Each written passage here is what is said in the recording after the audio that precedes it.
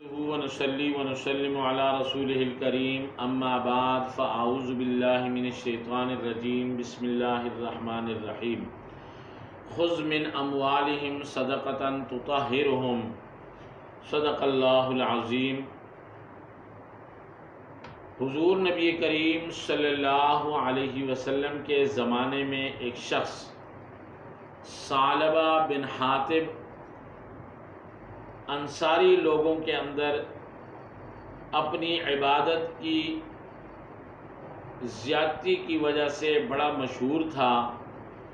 مسجد نبوی میں ہر وقت حاضر رہتا تھا اور اس کا نام انصاری لوگوں میں یہ مشہور ہو گیا کہ حمامۃ المسجد۔ یہ جس طرح مسجد میں کبوتر رہائش پذیر ہو جاتا ہے، اسی طرح یہ بھی مسجد کے اندر پڑا رہتا ہے۔ خدا کی قدرت کہ اس کے دل کے اندر مال کی محبت آ گئی اور کثرت مال کا شوق پیدا ہو گیا۔ ایک دفعہ رسول اللہ صلی اللہ علیہ وسلم کی خدمت میں حاضر ہوا اور عرض کی کہ یا رسول اللہ صلی اللہ علیہ وسلم، آپ میرے لیے کثرت مال کی دعا فرمائیں۔ آپ صلی اللہ علیہ وسلم اس کو دیکھ کر بڑے حیران ہوئے اور فرمایا کہ ویحک یا ثعلبہ، اے ثعلبہ تیرے اوپر افسوس ہے، کہاں تیرا فقر و فاقہ اور کہاں یہ حب مال، عجیب بات ہے۔ آپ صلی اللہ علیہ وسلم نے اس کو سمجھایا کہ دیکھو، تھوڑے مال کا شکر ادا کرنا آسان ہے اور زیادہ مال کا شکر ادا کرنا بڑا مشکل ہے، اور آدمی شکر ادا کر بھی نہیں سکتا۔ مگر اس نے بار بار اصرار کیا اور یہی درخواست کرنے لگا۔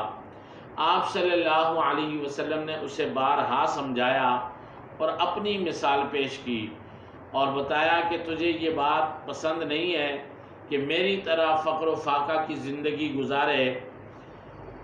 اللہ کی قسم، اگر میں چاہوں تو اپنے لیے سونا اور چاندی کے پہاڑ بنا ڈالوں، لیکن اے ثعلبہ یہ کوئی اچھی چیز نہیں ہے۔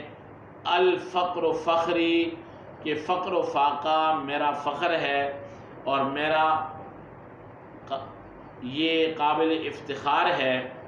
اگر مال زیادہ ہو جائے گا تو ذمہ داریاں بھی بڑھ جائیں گی اور اس کا حق ادا کرنا بھی مشکل ہو جائے گا۔ ثعلبہ نے وعدہ کیا اور کہا کہ مجھے اس ذات کی قسم جس کے قبضے میں میری جان ہے اور جس نے آپ کے سر پر نبوت کا تاج سجایا ہے، آپ میرے لیے کثرت مال کی دعا فرمائیں۔ اللہ تعالیٰ نے مجھے مال عطا کیا تو میں اس میں سے ہر حقدار کو اس کا حق ضرور ادا کروں گا۔ پیغمبر علیہ السلام نے اس کے لیے دعا فرما دی اور فرمایا اللہم ارزق ثعلبۃ مالا، اے اللہ ثعلبہ کو مال عطا فرما۔ آپ کی دعا اللہ جل شانہ نے قبول فرمائی اور تھوڑے ہی عرصے کے اندر اس کے پاس بھیڑ بکریاں جمع ہونا شروع ہو گئیں اور وہ بھیڑ بکریاں اس رفتار سے بڑھنے لگیں کہ لوگ حیران رہ گئے۔ جس طرح چمٹیاں اور کیڑے مکوڑے بڑھتے ہیں، اسی طرح اس کا بھیڑ بکریوں کا ریوڑ بھی بڑھنے لگا، حتیٰ کہ مدینہ شہر اس کے ریوڑ کے لیے تنگ ہو گیا۔ اب وہ شہر چھوڑ کر گاؤں جا بسا اور اب مسجد نبوی میں اس کی آمد و رفت کم ہو گئی۔ صرف ظہر اور عصر کی نماز میں حاضر ہوتا اور باقی نمازیں اپنے گاؤں میں ہی پڑھتا، باقی نمازوں کے اندر حاضر نہ ہو سکتا۔ پھر رفتہ رفتہ یہ دو نمازیں بھی اس سے چھوٹ گئیں اور صرف جمعے تک معاملہ رہ گیا۔ ہر جمعے کو مسجد نبوی صلی اللہ علیہ وسلم میں جمعہ پڑھنے آتا، حتیٰ کہ اس کا ریوڑ اتنا بڑھ گیا اور مال و متاع حد سے زیادہ بڑھ گیا، تو اب اسے اس کی دیکھ بھال کے اندر اتنا مصروف ہوا کہ جمعے کی نماز سے بھی غیر حاضر رہنے لگا۔ رسول اللہ صلی اللہ علیہ وسلم کی زیارت اور ملاقات سے بھی محروم ہو گیا۔ کبھی کبھی آپ اس کے حالات لوگوں سے معلوم کرتے اور پوچھتے لوگ بتاتے ہیں کہ مال و دولت کی کثرت کی وجہ سے عبادات سے بھی محروم ہو گیا ہے۔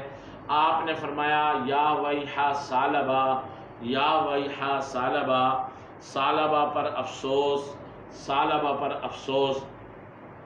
پھر جب اللہ جل شانہ کی طرف سے قرآن مجید کے اندر یہ حکم نازل ہوا کہ خذ من اموالہم صدقۃ تطہرہم، کہ لوگوں سے ان کے مال میں سے غرباء اور فقراء اور مساکین کے لیے زکوٰۃ وصول کریں، تو آپ نے اس سے زکوٰۃ وصول کرنے کے لیے آدمی بھیجے، مگر اب اس کی نیت خراب ہو چکی تھی، مال اور دولت کی محبت دل میں راسخ ہو چکی تھی اور زکوٰۃ دینے کے لیے بھی تیار نہ تھا۔ اس نے حیرانگی سے پوچھا کہ یہ زکوٰۃ کیا ہوتی ہے؟ تو اس نے کہا کہ یہ زکوٰۃ تو مجھے ایسا لگتا ہے کہ یہ جزیہ ہے یا ٹیکس معلوم ہوتا ہے۔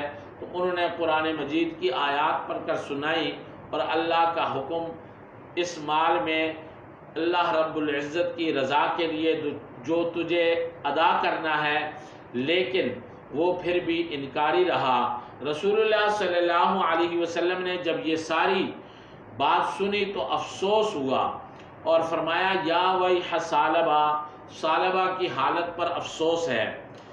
تو اللہ رب العزت کی طرف سے قرآن مجید کے اندر ثعلبہ کے بارے میں مذمت بیان ہوئی اور فرمایا کہ منافقین میں سے بعض ایسے لوگ ہیں جنہوں نے اللہ کے ساتھ وعدہ کیا کہ اگر ہمیں اپنے فضل و کرم سے اللہ مال و دولت عطا کر دے تو ہم ضرور صدقہ خیرات کریں گے، نیکوکاروں میں سے ہوں گے۔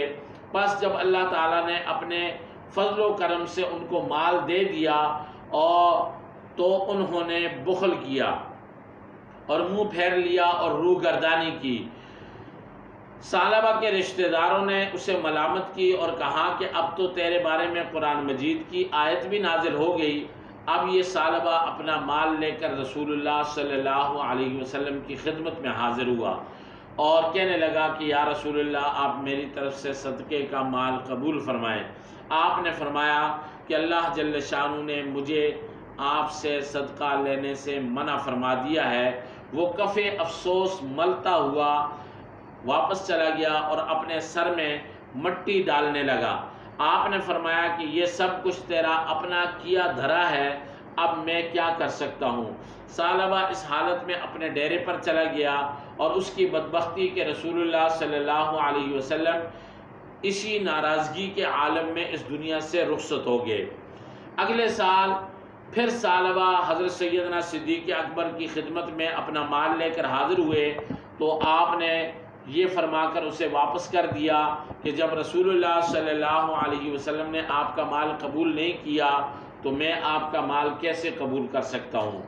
اگلے پھر حضرت عمر رضی اللہ تعالی عنہ کے دور کے اندر حضرت عمر کی خدمت میں اپنا مال لے کر حاضر ہوا تو حضرت عمر نے بھی یہ کہہ کر واپس کر دیا کہ جب رسول اللہ صلی اللہ علیہ وسلم اور صدیق اکبر نے آپ سے مال وصول نہیں کیا تو میں آپ کا مال کیسے قبول کر سکتا ہوں۔